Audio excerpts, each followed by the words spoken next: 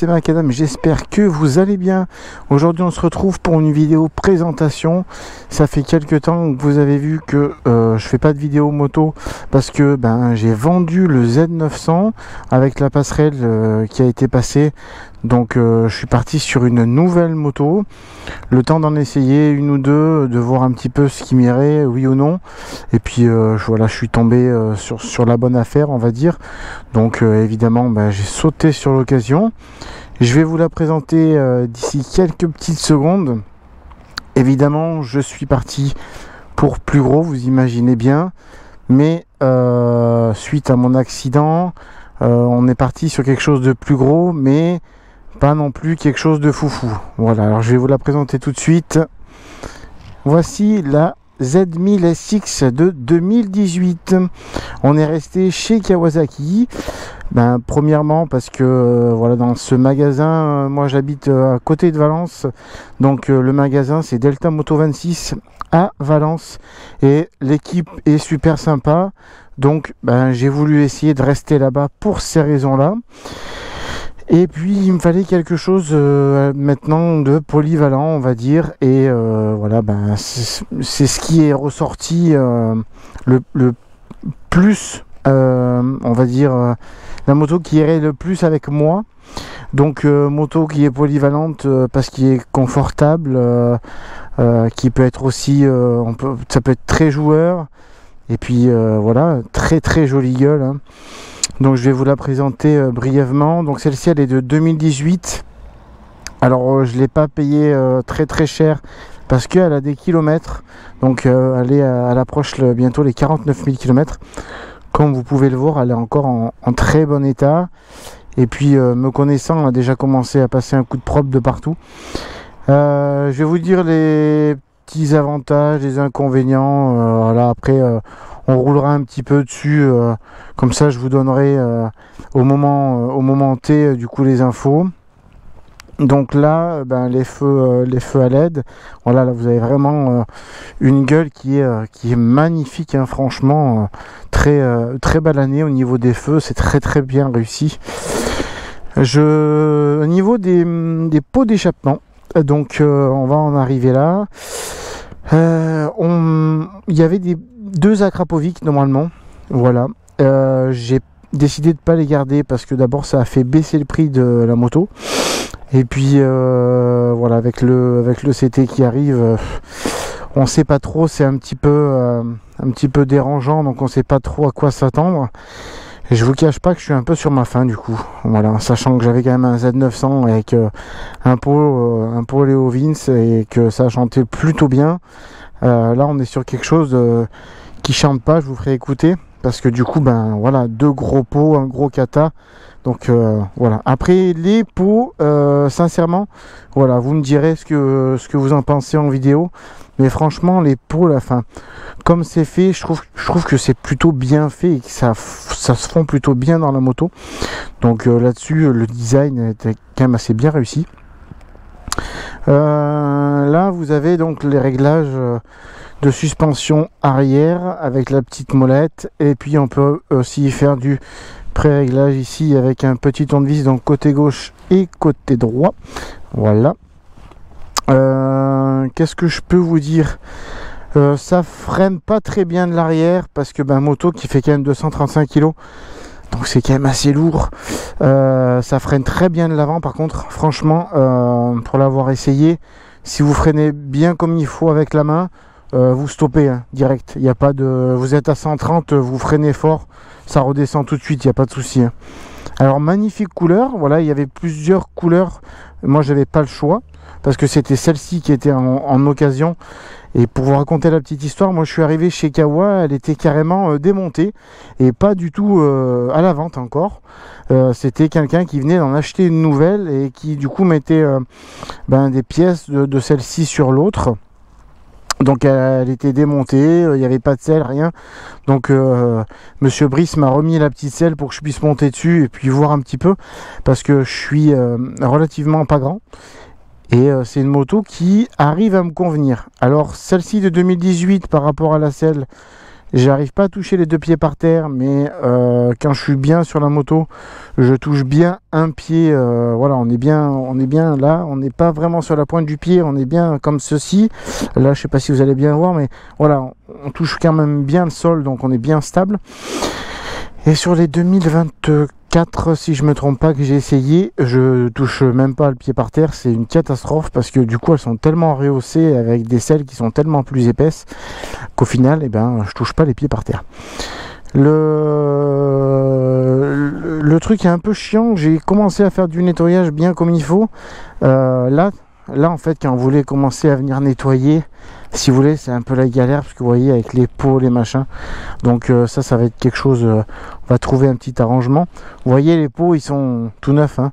Vous voyez, c'est tout propre. Je pense que le propriétaire, l'ancien propriétaire, a dû acheter la moto et se dire allez hop, on passe directement à la suite. Donc voilà. Ce qu'il y a dessus, à mon avis, ce qui va être changé, les poignées chauffantes qui sont ici, ça marche plutôt pas trop mal, mais vous voyez, elles sont fatiguées, donc je pense que soit je vais changer pour d'autres poignées chauffantes, à voir, parce que le tarif est apparemment de 139 € sans la main d'œuvre bien sûr, donc je sais pas. Les petites pièces comme ça là, vous voyez, ça moi ça me chagrine un petit peu. Je suis un petit peu casse-pied, j'aime vraiment quand c'est carré, donc voilà, c'est une pièce un petit peu d'usure. C'est des choses qui se rachètent, hein, donc là où on voit que la moto est un petit peu damnée, c'est que voilà, vous voyez, avec le soleil, c'est plus rouge, mais ça c'est devenu un peu plus mat. Enfin, voilà, c'est quand même moins joli avec le soleil. Alors du coup, je vais vous faire un tour du propriétaire. Hop là. Tac. Alors, quand on est à son bord, vous voyez, là je suis installé. On est un petit peu sur l'avant. Alors après, j'ai fait un petit peu des kilomètres, pas tant que ça pour l'instant. On va en faire un petit peu plus aujourd'hui. J'ai fait quelques kilomètres. Mais ça dérange absolument pas. Après, j'ai pas eu encore de passager derrière, donc c'est vrai que quand on a personne derrière, de toute façon, on est déjà plus confort à ce niveau-là, parce que on a personne qui vient nous appuyer un petit peu sur les poignets. Donc c'est très agréable. Si j'aurais dû choisir entre ce modèle-là ou un autre modèle, je vous cache pas que moi j'adore ce type de compteur. Voilà, je vais vous allumer ça, vous allez voir. On va parler du compteur. Voilà, le compteur comme ça. Alors bon, c'est pas très éclairé, mais avec les contours minutes comme ça, moi je trouve ça super joli, franchement. C'est un mélange et je trouve que c'est très bien. Donc qu'est-ce que vous avez? Vous avez plusieurs choses. Déjà, vous avez ici le rapport engagé. Là, vous avez l'heure. Là, vous avez le point neutre, les petits icônes ici aussi, l'ABS et celui-là. Là, vous avez des boutons pour du réglage. Là, vous avez le niveau d'essence. Là, c'est le trip A, donc des kilomètres parcourus. Là, les kilomètres-heure quand vous roulez. Là, vous avez Power F, ça veut dire que là, elle est en full. Voilà, le KTRC en 3 modes. Donc, vous avez mode... en gros, le 3 c'est pluie, le 2 c'est route normale, et le 1 c'est pleine puissance, et vous pouvez aussi le désactiver. Voilà, donc là vous avez aussi la température. Au niveau des commodos, commodo c'est pas trop compliqué, donc là c'est parce qu'il y a la poignée chauffante, donc une fois que la moto est allumée, on appuie dessus, il y a plusieurs modes de chauffe, phare plein phare, les clignotants, klaxon, les warnings, et là du coup vous pouvez sélectionner justement ce que je vous parlais un petit peu tout. Là vous voyez, donc power, full, hop, low, tac, on change, et après vous avez donc le KTRC. Moi comme je viens de l'avoir et que je connais pas trop la bête, je laisse sur 2. Et puis après voilà, vous avez tout. Vous pouvez donc changer en haut le trip A, trip B. Voilà, donc quelque chose d'assez simple et classique, on va dire. Donc on a assez parlé de la petite dame. Alors j'ai malheureusement encore un petit souci avec mon support téléphone, parce que alors moi je suis je crois sans vous mentir à la 6e ou 7e moto depuis 3 ans. donc ça commence à faire un paquet. Je vous ferai une petite vidéo, n'hésitez pas à aller vous abonner à mon compte TikTok, donc pareil, Macadam26. Vous allez voir, je vais vous faire un petit montage des motos que j'ai pu avoir depuis ces 3 dernières années à peu près, et on en a 6 ou 7 je crois. Et à chaque fois, bah, c'est la croix et la bannière, parce que un coup c'est un guidon comme ça, un coup c'est un guidon normal. Donc faut changer, voilà. Le seul guidon que j'avais eu comme ça, c'était le CBR 500R. Mais là, j'avais mis un truc RAM et tout. Et comme j'ai vendu la moto, je l'avais vendu tout équipé, donc j'avais laissé le support téléphone. Bah écoutez, faute à moi, hein, on aura fait une connerie. Après j'ai acheté il y a pas longtemps un support AliExpress Quadlock qui est super, avec l'anti-vibrateur et tout, là c'est super bien. Malheureusement, ben voilà, ça se met sur des bracelets, donc là ben ça sera pas possible. Donc j'ai racheté et j'attends, je pense qu'il va arriver aujourd'hui d'ailleurs, le Quadlock, mais qui se met à l'intérieur. Voilà, qu'une fois qu'on a vissé, ça bouge plus, ça fait comme une cheville et ça s'écarte et on n'en parle plus. Et puis cette fois-ci, je vais essayer de les garder, parce que ça commence à faire des sous, plus des sous. Donc que dire sur cette moto? Ben, c'est une moto qui est du coup plutôt lourde, de ses 235 kg comme je vous ai dit. On a plutôt un gros réservoir, si je dis pas de conneries, je regarderai, il me semble qu'on est à 19 litres. Vous avez une moto qui est tout à fait carénée de partout, donc après ben ça c'est chacun aime ou aime pas. C'est vrai que ça change par rapport quand même à mon petit roadster, c'est vrai que ça a rien à voir.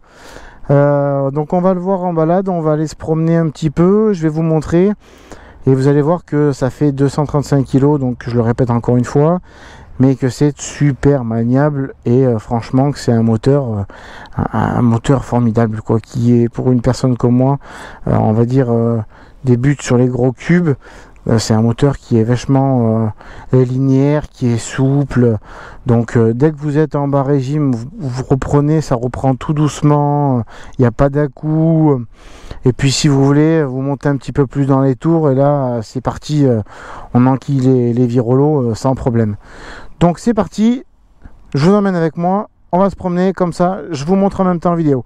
Allez, à tout de suite. Donc au guidon de cette Z1000SX. Donc là on est rentré en ville, on roule tranquillement. Donc quelque chose de, c'est une moto qui est très maniable.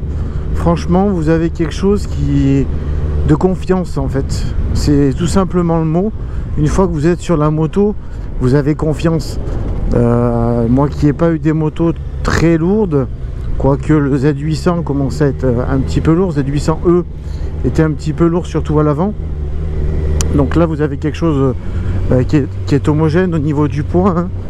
Vous avez un pneu, j'essaierai de vous mettre les dimensions parce que je ne me rappelle plus. Vous avez un pneu quand même qui est relativement gros à l'arrière, et voilà, vous avez complètement confiance en la bécane, et c'est quelque chose qui est primordial, hein. Quand on roule en moto, on sait que notre vie ne tient pas à grand chose, hein.